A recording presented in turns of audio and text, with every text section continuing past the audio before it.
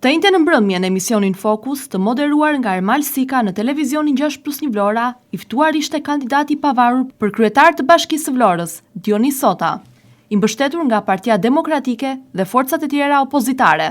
Në bisedë Sota foli për familjen e tij, formimin profesional dhe angazhimin e gjatë në jetën publike dhe ekonomike të qytetit, si dhe për motivet që e shtyn të kandidojë për drejtimin e Bashkisë së Vlorës.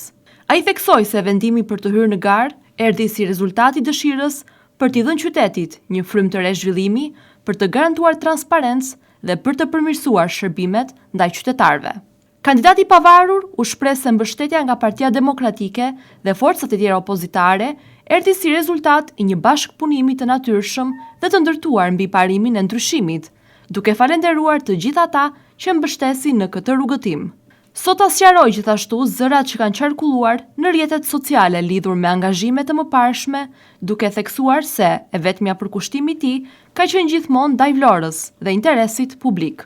Në vijim ai foli për fushatën e tij, duke theksuar se edhe pse periudha ka qenë e shkurtër, takimet me qytetarët janë zhvilluar në çdo lagje dhe njësi administrative të bashkisë.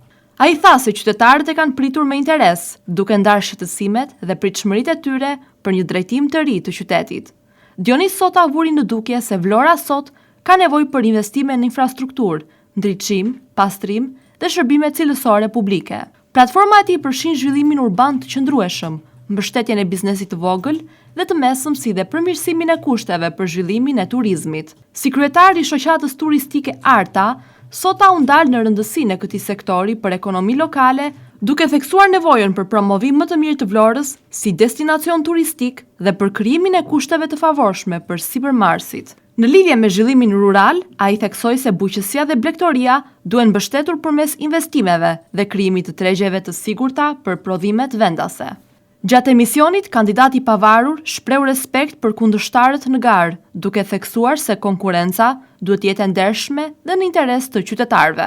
Ai deklaroi se është i bindur se zgjedhjet e 9 nëntorit do të jenë të qeta dhe pa problematika, ndërsa theksoi rëndësinë e pjesëmarrjes masive në votim dhe mbrojtjes së votës së lirë. Në fund të intervistës, Dionis Sota përcolli një mesazh për qytetarët e Vlorës, duke i ftuar të votojnë për ndryshimin, për transparencën dhe për një administratë vendore që punon me ndershmëri dhe përkushtim për qytetin.